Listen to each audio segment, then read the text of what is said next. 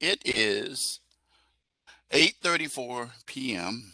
Tuesday, August the 17th. Now, August 17th is a warning for everybody. Do you know what that warning is? Anybody know what the warning is for August 17th? You probably won't. It means that, no, it means exactly 1 month from today, this course ends. That's what that means. Wow, I guess say, wow, we just started last week. Sure. That's why it's a 5.5. It's not even a 6-week course. It's a 5.5 because you have that shortened week on Monday, this first week. Well, let me say a couple of things to you guys. First of all, number one, I have not graded your week 1 assignments. I got them. I'm looking at what happened. Um, a lot of students, I don't know what the deal is. I got a lot of students in this class, but 19 of you are the ones who submitted assignments. So I don't know what's going on, but I will tell you that what I decided to do just for week 1 and week 1 only is that if your assignments were submitted by the end of Monday, I didn't take off points. Um, Even the discussion post, I gave an uh, extra break on that too when I grade them. I haven't graded them yet. Now, I need to tell you this, because this may be new to you. If you see a 0 in there, and particularly if you ask me, could I give you a little more time, and I say yes, the 0 still has to go in by Monday. And the reason why is because the advisors take a look every week at how students are performing, and they want to make sure that they're aware of how students are doing. Now, I can the 0 is not final. I can override it, and once I grade the papers and put the appropriate grade in. So, but if you listen to what I said last week, one of the key factors to good grades is to follow the rubric and make sure that you satisfy the requirements that I have. In this class, I have a 1-column rubric. In some of my other classes, I have 4-column rubrics. The 1-column rubric that I made up specifically tells you what you need to do for each assignment. And I also talk about them during the lecture so I can make sure you have them. The other thing I want to tell you is it is very important for you to check those due dates. I had someone earlier today, um, not maybe it's yesterday, that went to one of my lectures, and my lectures are all in the evening. Last week, you had an evening lecture, but the other 2 classes I had morning lectures, but all of my lectures are 8:30 p.m. Central Standard Time and will last probably roughly 9:30 p.m. So um, make sure that you follow that. One of my favorite classes that I teach all of them are favorite, but this is really my favorite, is criminal law, because, oh God, almost 30 years I practiced criminal law, and I was a defense lawyer, and I won over 90% of my cases in front of jurors. And I also did a little prosecution work, but it was local prosecution.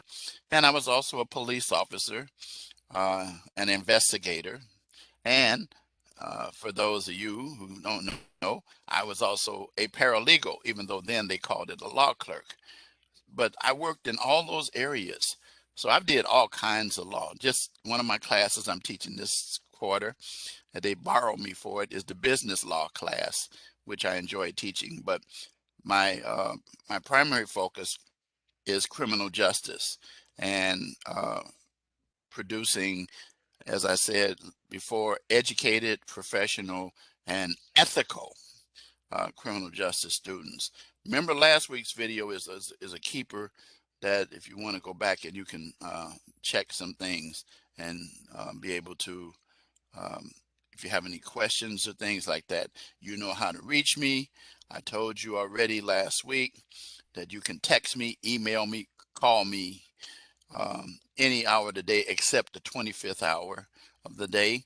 And I do recommend texting and emailing, which several you do. When you do text me, by the way, um, and or call me, please mention what class you're in, because I have 100-something students, but I want to make sure that I know I'll be able to help you.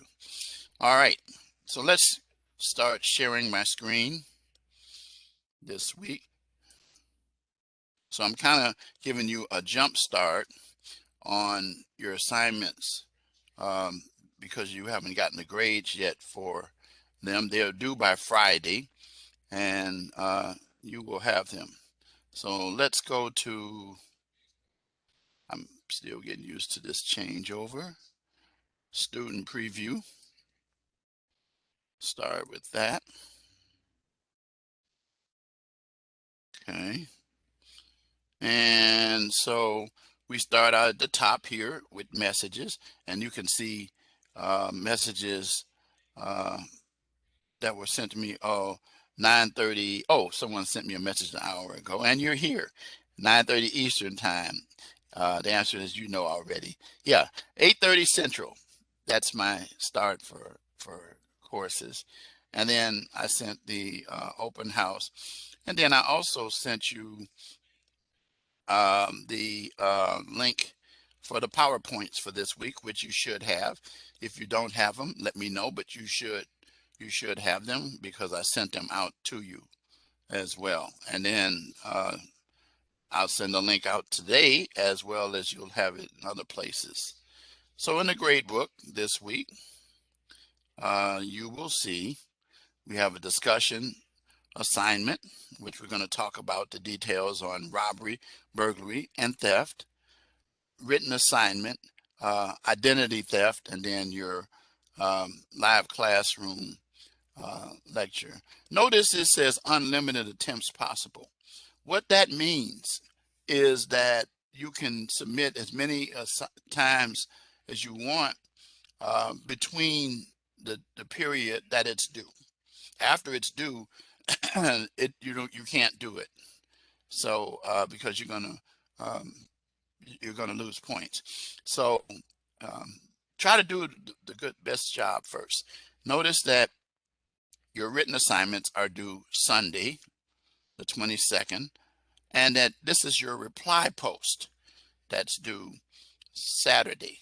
Your initial post is due when? Anybody know when your initial post is due this week?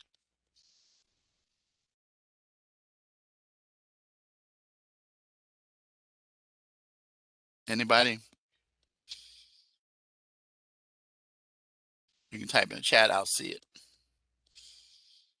Yep, that's right, Lynn. Thank you. Tonight. So it's due every Tuesday, your initial post, because last week was different. And the reason why your written initial post wasn't due last Tuesday is because we didn't start till Wednesday. So we don't require that. So that's why they gave you to Saturday for the initial post as well as the reply post. So this week, the initial post moves to Tuesday as well. You'll see in week 3, week 4, week 5, and actually even in week 6, Tuesday, your initial post. Okay, let me answer that quick question because the chat is not popped up. For the reply, we have to reply to one post or two posts. That's a very, very good question. It's required that you reply to at least one post. At least one post. However, I do appreciate when you respond to more than one post because it makes the discussion forum more interesting. So you will not lose points if you only do 2. So you do an initial post, because remember, it's post first. Until you post a post yourself, your initial post, you will not have access to other posts that have been posted by students. And the reason why I do that is because I want students to be original for their first post. We professors have discovered that students will look at other individual posts and then post theirs, and they're influenced by it, or either had a few students, not a lot, that actually will take it. And a student once brought it to my attention that another student copied her post. And I looked at it and I saw, oh my God, they changed a couple of words. And we had to pull that student in and let them know that's plagiarism itself. So, but we don't operate on that basis because we talk about ethics. So anyway, does that answer your question?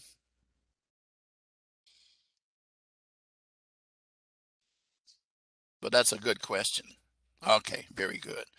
Do not be afraid. You know what? I had a student one time that said to me, well, this is a dumb question. I says, let me tell you something, and I'm not kidding about what I'm about to say, is that no, there are no dumb questions. Matter of fact, oftentimes students will not ask a question because they feel like they are wrong about, well, that's where you do make your mistakes in school. So no, but that's the routine there. So your initial post is due tonight by 11:59 p.m. Central Standard Time, and then your your um, reply post is due Saturday. All right, so now let's take a look at this. One of my favorite discussion areas. I love this one. This is one of my, by far, I think there's another one, the dog sniffing one. I like that one too. Um, but um, but this one I totally enjoy. Um, Robbery, burglary, and theft. Because many of my students get trapped up on this one. And if they listen to me in the lecture before you post, you will have it right. What I don't do is I don't grade you about being incorrect in your posts. What I do is if you do explain why you took that position. So that's okay. But then I will correct you to make sure. So anyway, you're gonna look at this scenario. Good old Debbie. Debbie and I've been friends for a few years, uh, and Larry's house, and uh, read the scenario in here. Read it very carefully. All right. So then, in your initial post, you answer the question: did Debbie commit robbery, burglary, or theft? And if or one or two or none. Do you believe the elements of all three crimes have been satisfied? Elaborate and explain. Explain the difference between all three crimes and a likelihood of Debbie being convicted of all three crimes. For your reply post, examine another student's post that may contrast with yours and explain why you feel uh, yours is more strongly about one of the crimes being successfully charged as opposed to the other. And then, of course, you have the guides. We talked about this already to help you and remember the post times and all of that stuff. So very important that uh, you do these discussion posts because they constitute a nice portion of the grade. The written assignment, okay, it says your written assignment. Move this out of the way. Let's go look at the assessment, and it tells you. Do that again. So elements of criminal law. So now what you're going to do, you're given three scenarios. Please do me a favor. Number one, label which scenario that you are doing, because I'm reading all these papers. I know what I'm looking for, and I want to know which scenario I'm reading, and I can go through really fast. I'm a quick reader. Okay, I learned that being a lawyer. So quick reader. So each scenario, listen to me good, should be 1 page. Should have citations in the body. I didn't say a citation. citations in the body that are APA formatted. As you know, all your written assignments are APA. And of course, your paper should have a cover page and a reference page. You don't have to have a separate reference page for each scenario, but at least one page.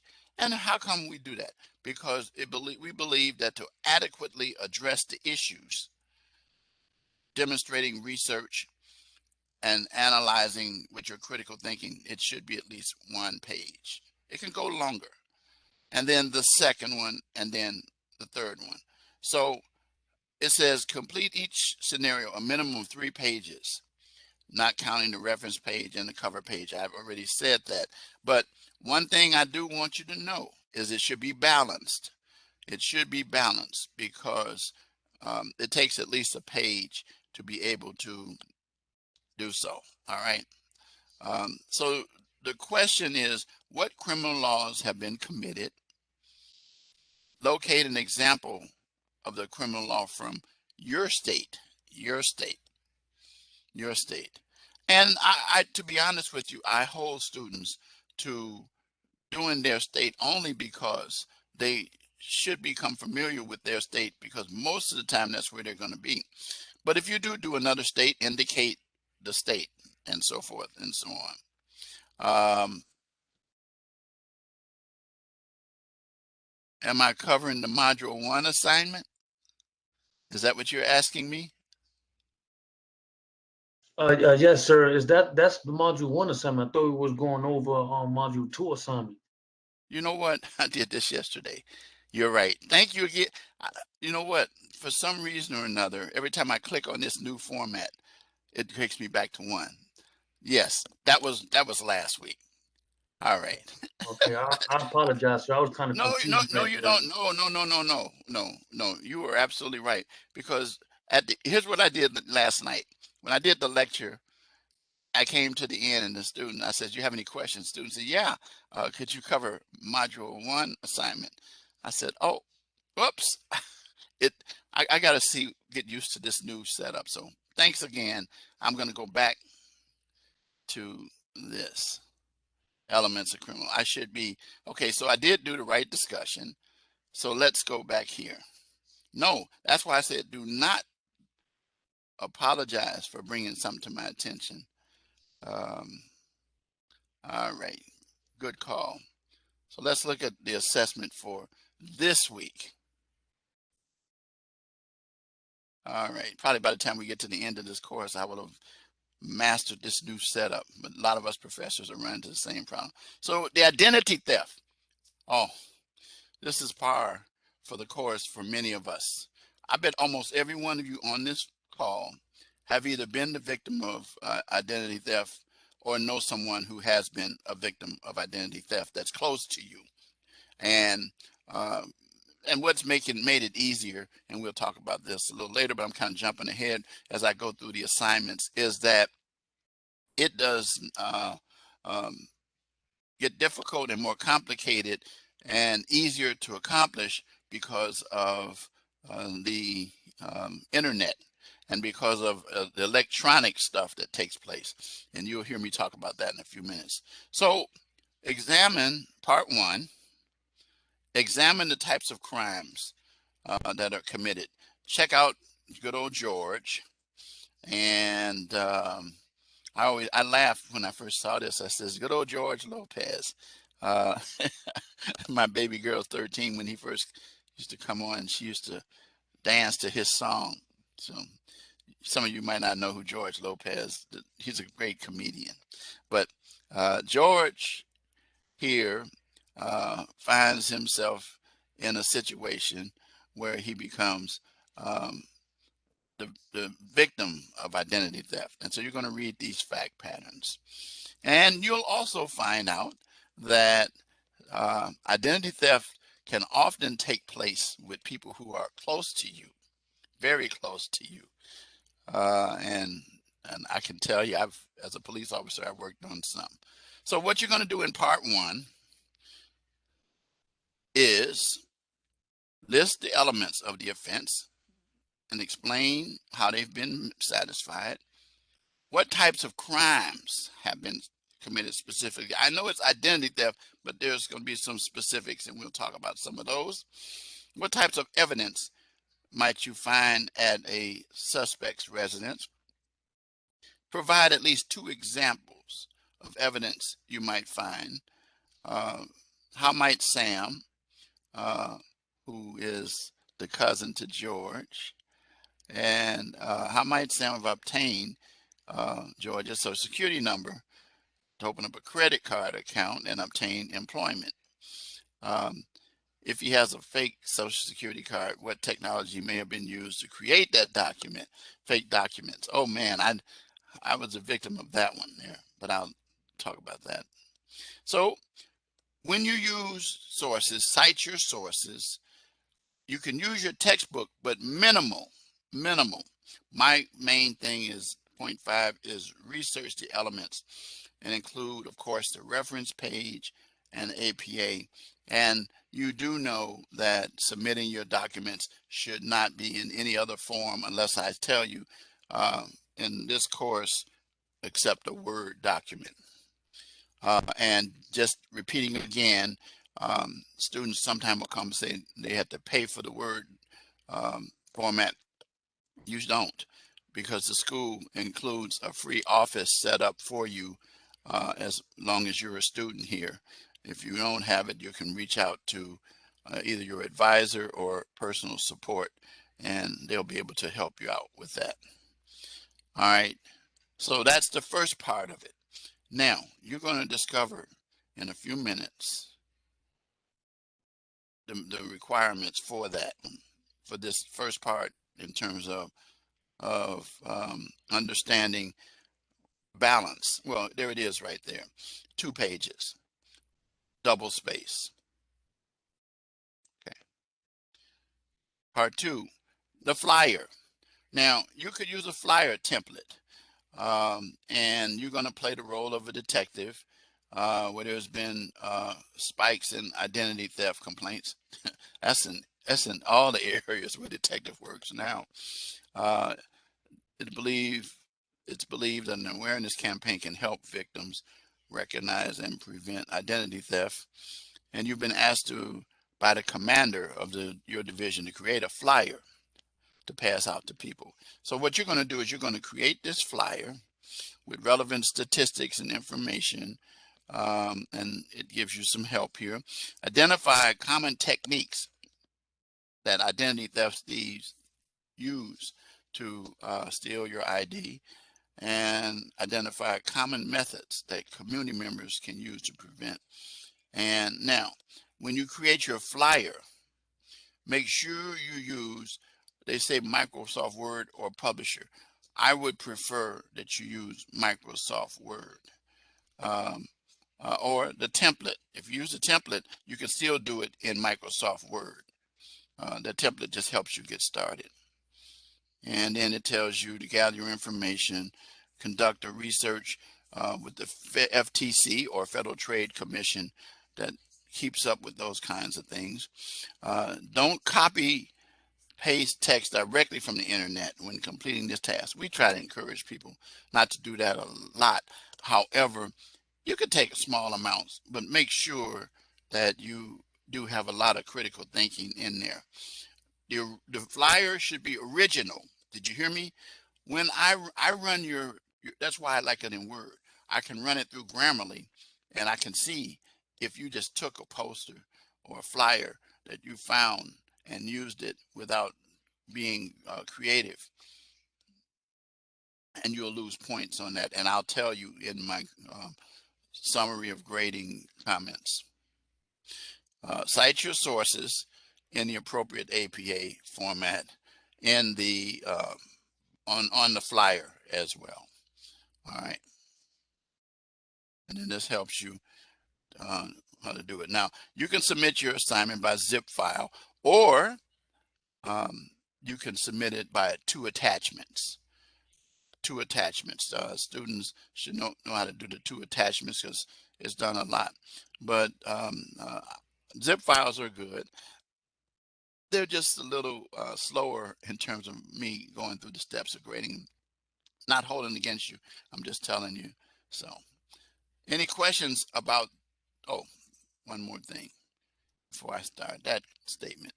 Let's end this part. Let's go back. Let's get into the rubric. Then I'll ask you the question. Crimes against property.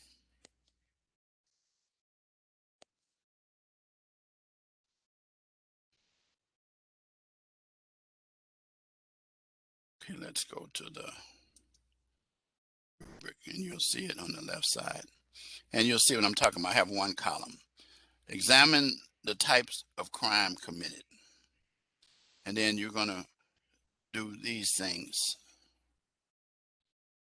And then you have your organization, spelling, and so forth. Make sure that it's a 2-page minimum.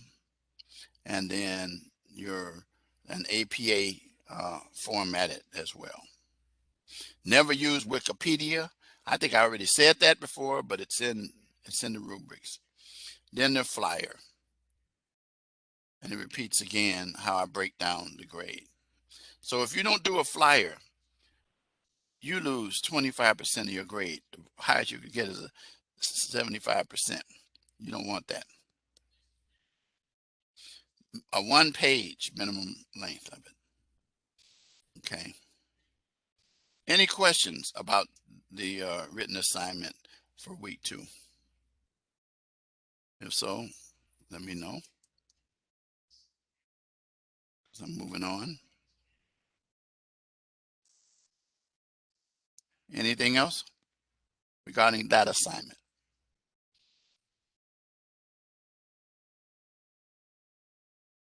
Looks like nobody does, so we're good.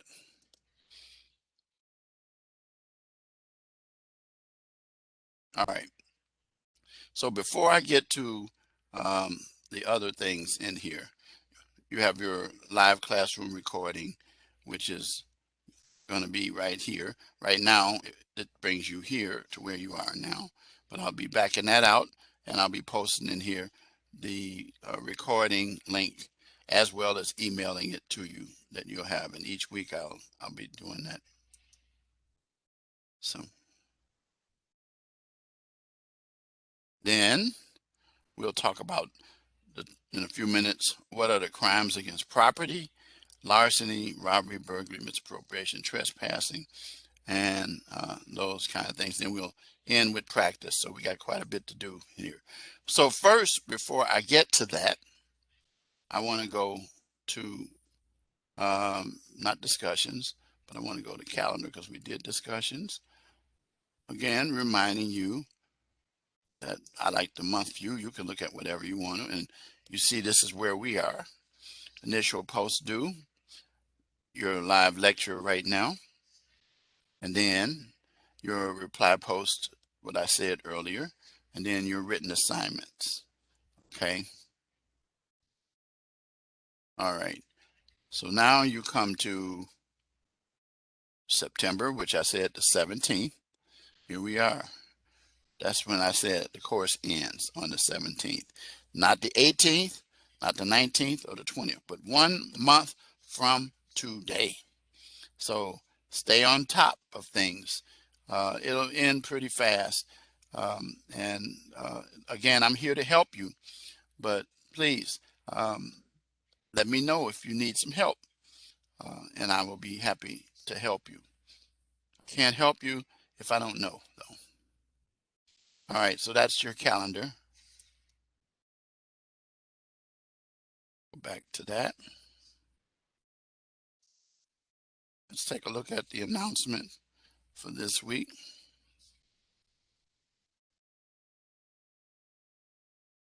And move that again.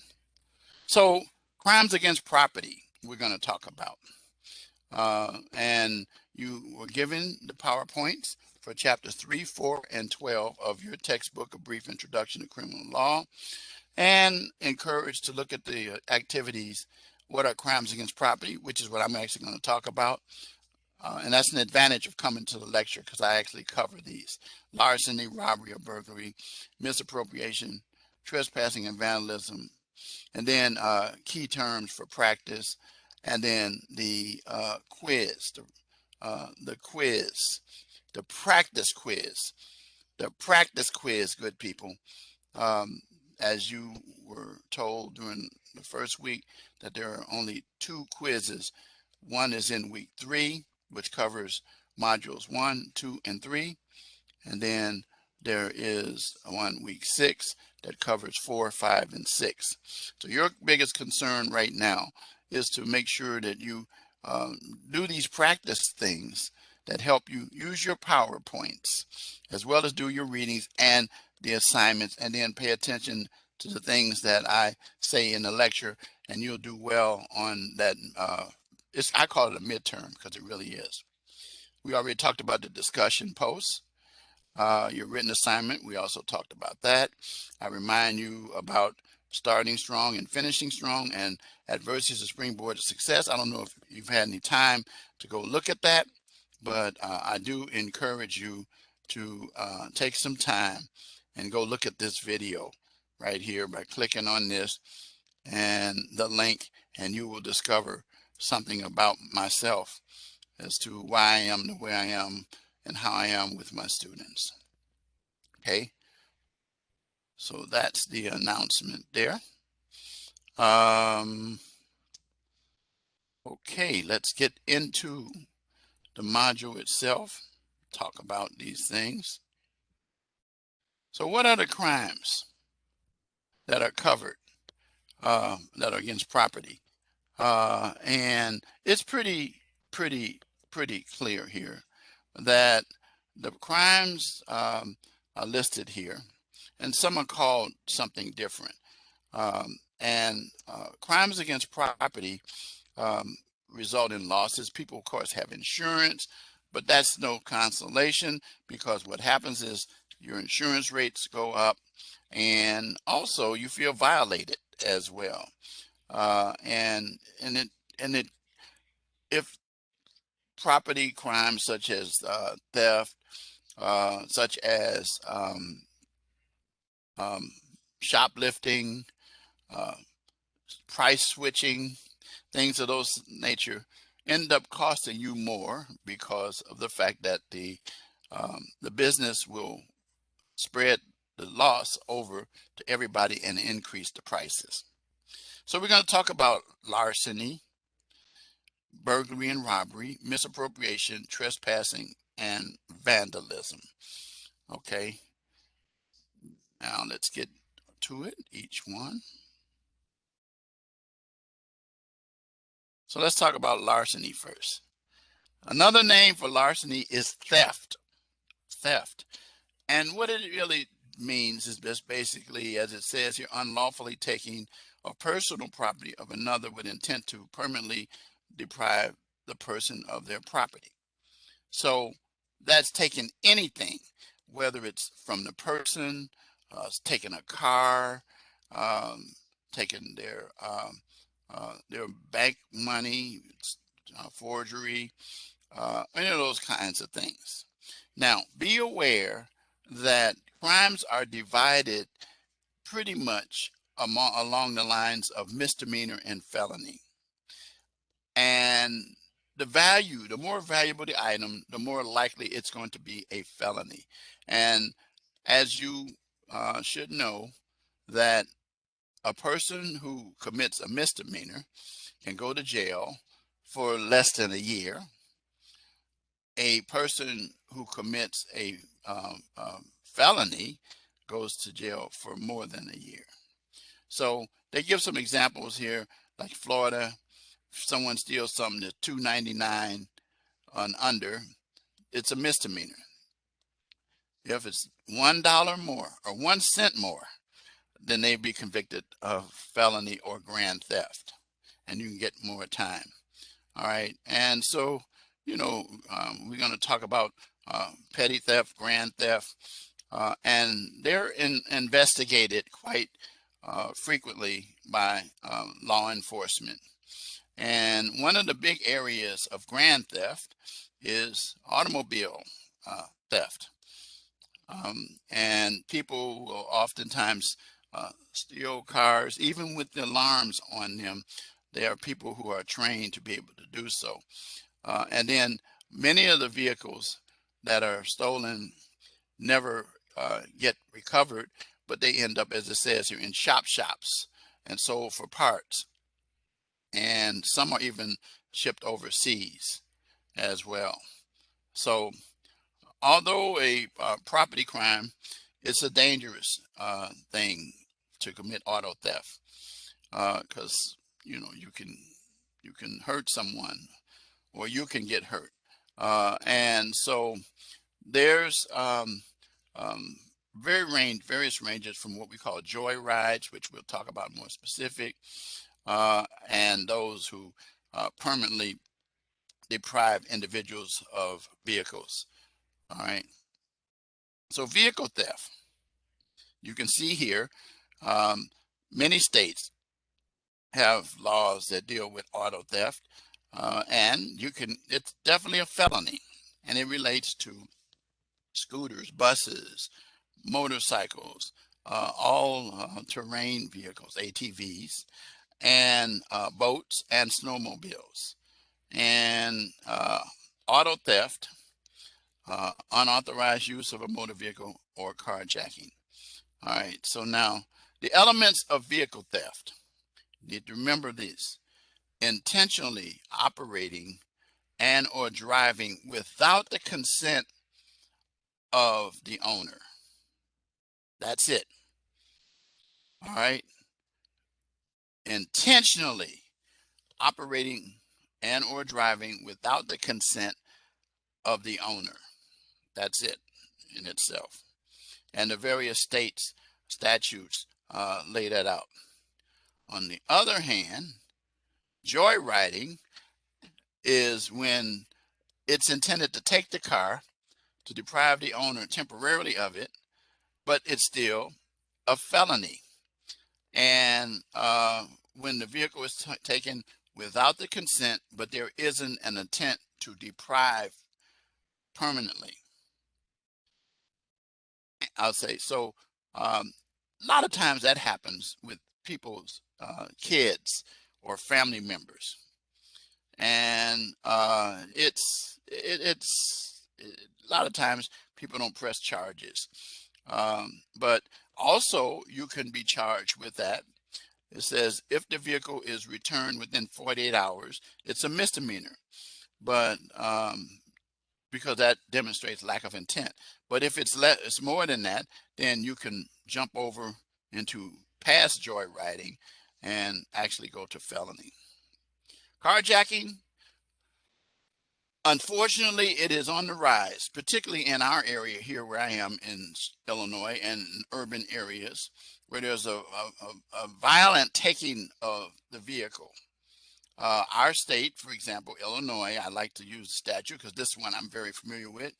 Vehicular hijacking prohibits a person from knowingly taking a motor vehicle from the person, did you hear me? From the person or the immediate presence of another by the use of force, such as this guy here, walking up with a weapon, or threatening, or snatching the door open and throwing you out, or jumping in, or even what some people do, which is crazy.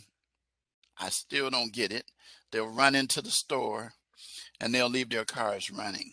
They'll have their kids in the back seats, and someone will jump in. When you go to the gas station, you're supposed to turn off your car. But listen to me, take your keys out. Now, there are more and more cars like mine and my wife's. You don't have to have a key in the ignition, because you don't stick it in there. You just push the ignition button and you put your foot on the brake and it starts the car up. And that if I walk away with the keys, after so long, my car shut off. However, I still shut it off anyway. But it's crazy, good people, for people to not think. And so one of the big enemies in some carjacking situations is the owner of the car and how they operate there. Okay, we got 15 minutes to cover a lot of stuff. All right, so let's keep moving. Okay, burglary or robbery. All right, now pay close attention to this. We already talked about theft. So now burglary is breaking and entering the dwelling of another with intent to steal or commit a crime such as vandalism or arson. At common law, it was limited to the home and had to occur in the nighttime. But now it's a 24/7 crime. That is why, as you may or may not know, many burglars resorted to wearing black, because at night it would be easier to see them. However, they still do in this day and time. But it can occur now in a house, a vehicle, a business, or at any time of the day. Now, here is the question. Burglary, breaking and entering, does not require you to physically go into the property. You do what we call break the plane. Here is an example of what I'm talking about. When you put an extension, whether it's your arm, some item in your hand, a stick inside, and you take something from inside either the house, the vehicle, business, so forth, you have committed burglary. People get tricked all the time into thinking that it's not burglary because you reached into an open window. That's a little bit of information for you. It is burglary because you B&E, what we call B&E, broke and entered. They said, well, I didn't really enter. Yes, you did. By putting something in, you entered. It's an extension of you. Get that in your mind and you won't get caught with the trap. Okay? Everybody got that one? You got it?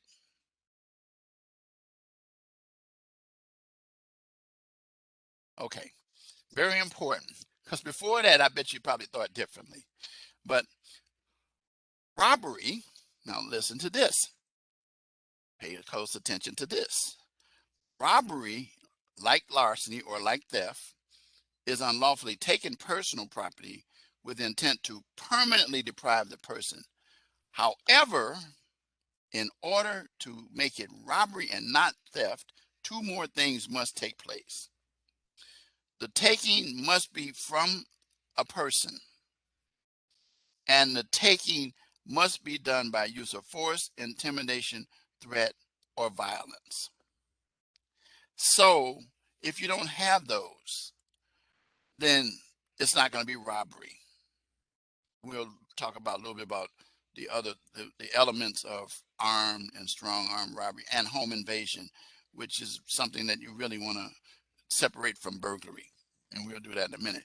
But I just want to make sure that you understand it requires the taking from the person and must be done by force, intimidation, threat, or violence. Is pickpocketing robbery or theft?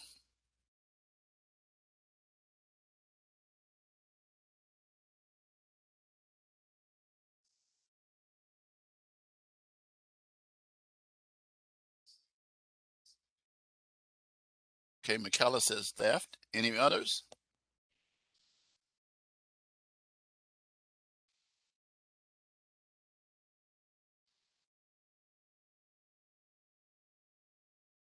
She's right. Because remember, most, um, okay, well, then you'll know now. Michaela is right. It is theft. Because remember the element of robbery. It says it also must include taking from a person. Okay, wait a minute. You said, yeah, wait a minute. Isn't pickpocketing taken from a person? It didn't says or, it says and the taking must be done by force, intimidation, threat, or violence. Pickpocketing is something that's done where it means it, they You didn't even know it was gone until it was missing. Now, and so in that instance, when the person pickpockets you, they have committed theft because it fits the elements of theft because they want to permanently deprive the individual. That makes sense? Okay, very good. Now, let's talk about armed robbery. Armed robbery means what it says. You see, you have a weapon, some kind of weapon. All right. Now, listen to this. Or a belief by the person that's being robbed. Remember when I told you the elements of robbery, by the use of threat, uh, and it leads the victim to believe that the person has a dangerous weapon, such as a person having their hands in their pocket and having their finger, and they don't know if it's a gun or not. Or ink pen, as it says, if a suspect used a pen inside their jacket and pointed it, the person don't know, and says, "Give me your wallet." Well, that's threat or intimidation. In this case, it would be armed robbery. So in other words, even if it's a toy gun, which I've had that happen to me, but the point of the matter is that it's still the belief of the person that puts them in fear, all right, of being harmed, okay, or killed. All right, let's move on. Now, on the other hand, strong armed robbery is similar to robbery, keeping in mind the elements I told you, except there's no weapon involved, like a purse snatching, those kind of things. Snatching something off someone's wrist and running and those kind of things. No weapon, but the force was used to take the item from the victim. That's strong arm robbery. All right. A lot of people get tricked. Home invasion. Now, listen to this. I'm going to read this. Home invasion is another form of robbery. It's like burglary, but is more serious because of the threat of violence or injury to someone. Similar to burglary, a home invasion, an offender enters the dwelling of another without consent, but uses force to commit a robbery of the occupants therein. So Florida gives it intentionally entering the dwelling without consent and commits the robbery of the occupants. Now, somebody might say that's burglary.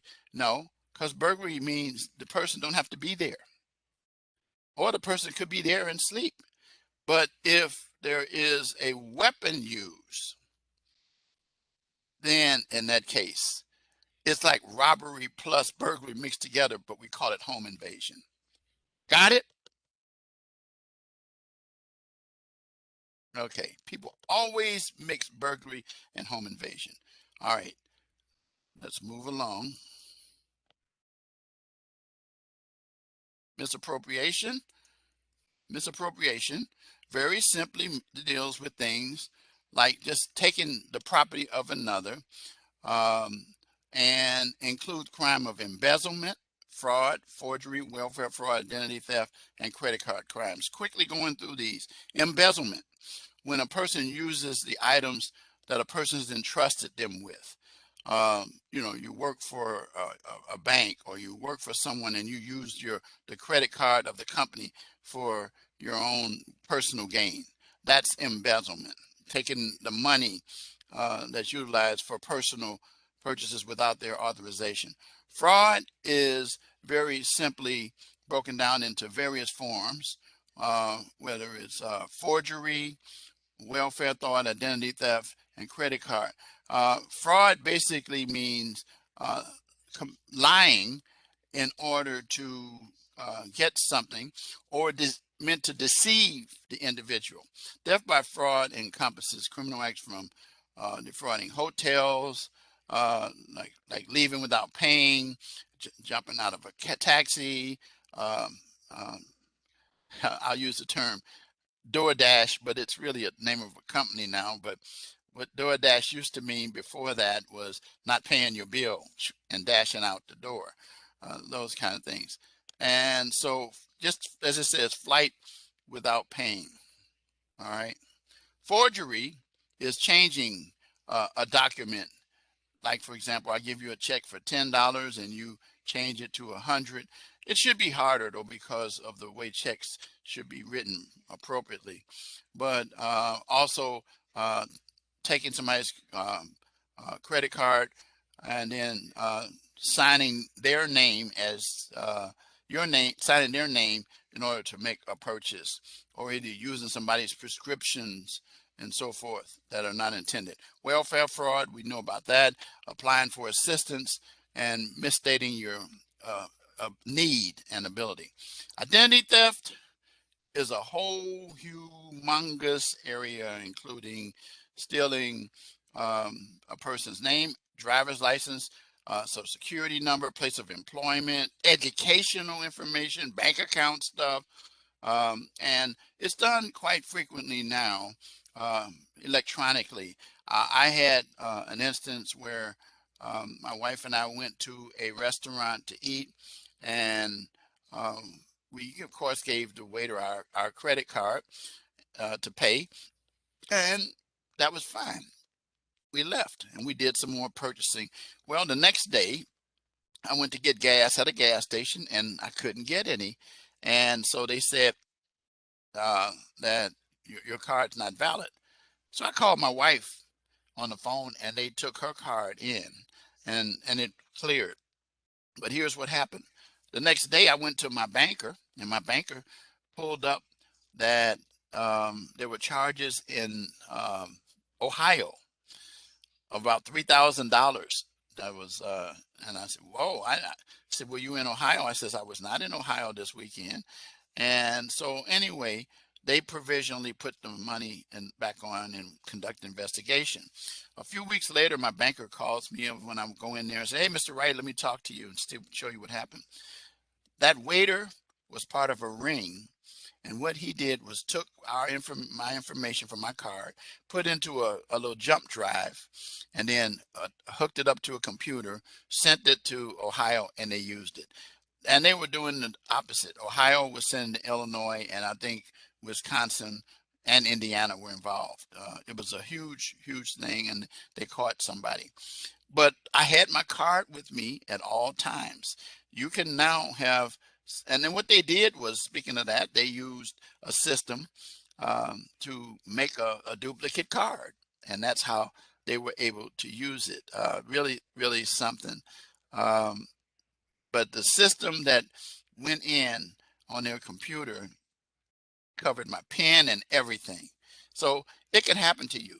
It also happened to me when I went to get a telephone for my daughter with AT&T, and I had had AT&T for years.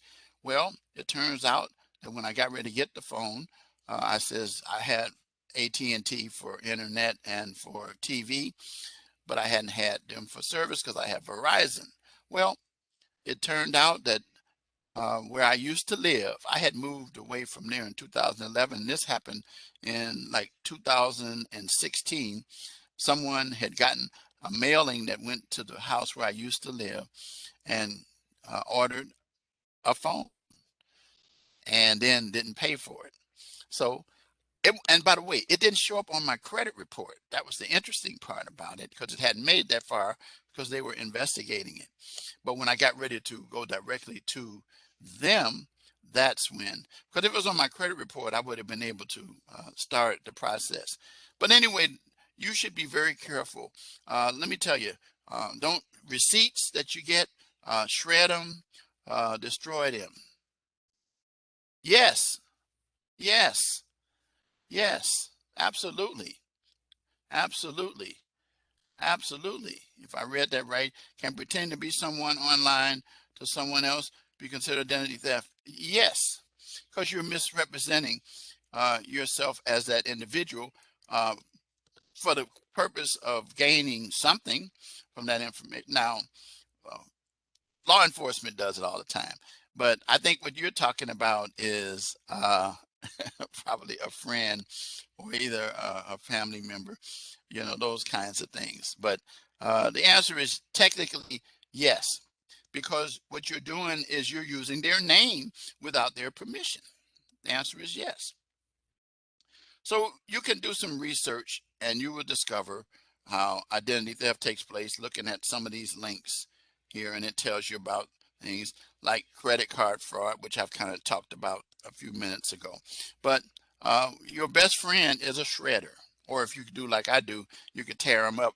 I got a new debit card from my bank today, and no, yesterday, and my old debit card was about to expire next month from the bank, and so it has the exact same number except on the back, that 3-digit pin. I mean, my pin is the same that I use if I use ATM, but if I but it had a different 3-digit number on there. So yeah, let's see, what are you saying?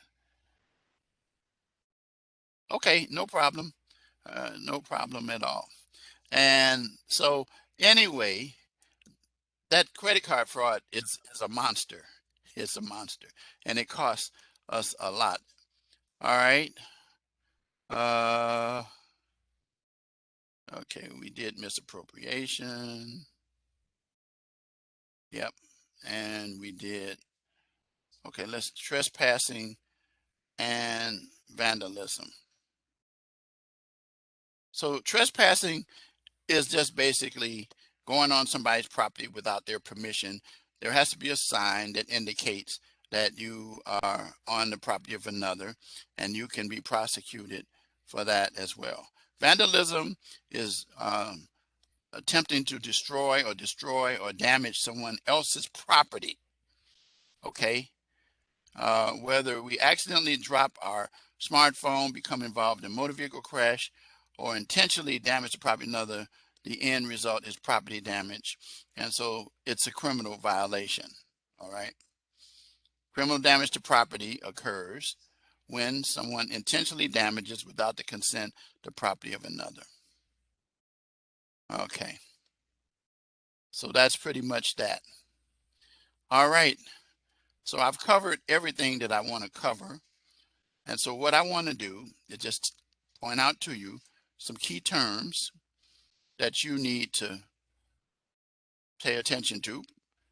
We talked about each of these already and be knowledgeable about these. This is something that can help you to study as you prepare for that exam. And then for practice, which crime? Now here, let's do this because we're actually done with the lecture, but I always like to do these with you. All right, here's one. I'm going to ask you to let me know. A 17-year-old boy is walking home from high school. He's approached by 2 suspects. The suspects shove him to the ground and take his wallet. What type of crime is this?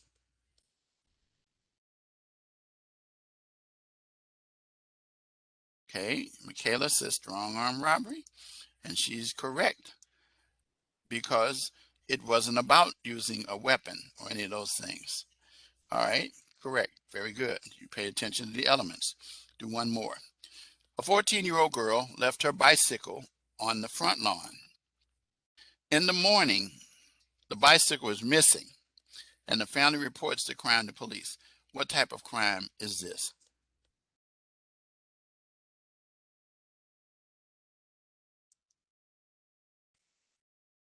All right. You're going to be teaching the class next week, Michaela. Okay. But no, seriously, these are things you do. By the way, I warn you already that some of these questions will, and I said this before, will be either close to the exam questions, but this next section for practice, these questions definitely show up. I can tell you already.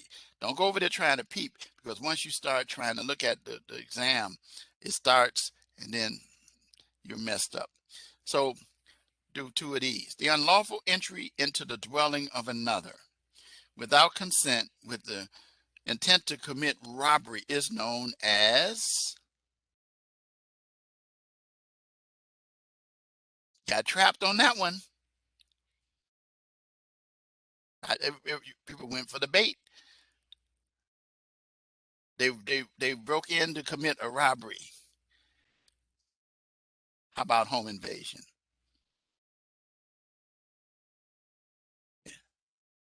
That's the one. Remember I warned you all about that earlier? And you went for, you got caught. You see what I mean? It says they entered into the dwelling without consent and intended to commit a robbery. Robbery. Remember what the definition of robbery is. All right. You got it now?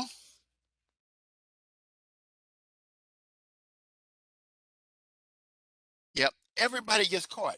People say, oh yeah, it's burglary. Straight up. Almost every time. That's a wrong answer for the test. Okay. What crime is committed when someone points a weapon at another person while on a sidewalk and demands that person to turn over personal property? What do you think? Who said strong arm robbery? It's actually armed robbery. The unlawful, see, again, you got to be real careful. Read the language. That crime is committed when someone points a weapon at another while on the sidewalk and demands the wallet. Remember though, strong arm doesn't have to be a weapon present. Okay, so you got to pay attention to those distinctions. That's why I mentioned those that I did during the lecture today. Okay, so you gotta not overthink yourself, but you get it. All right. So now, any suggestions for today's key phrase?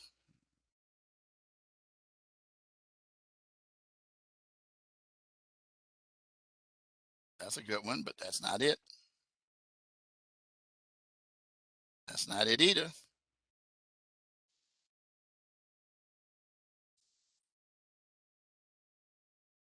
One more shot. Anybody else?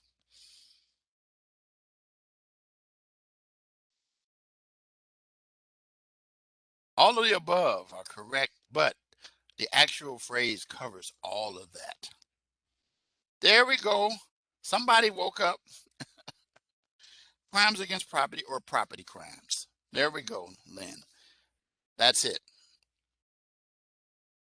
Next week, somebody would think they got it when I'll trick you again. But no, the key thing is when you, with law, you have to make sure that you follow the facts and line the elements up with the facts. That is the most important thing, because one little thing, but I can tell you this, that there are tips that are given to you in the facts themselves. And like I said, that burglary and that arm, that home invasion thing, it trips people up every time because they forget about the reason that they broke in, not just to steal something, but to commit robbery as well. Then it jumps from burglary to that. Okay, guys. So crimes against property or property crimes, that's the key word or phrase for this week. I'll see you guys next Tuesday, same time. Again, if you have any questions, feel free to reach out to me and I'll be happy to address them. So enjoy your week and thank you. And I'll see you next week. Good night.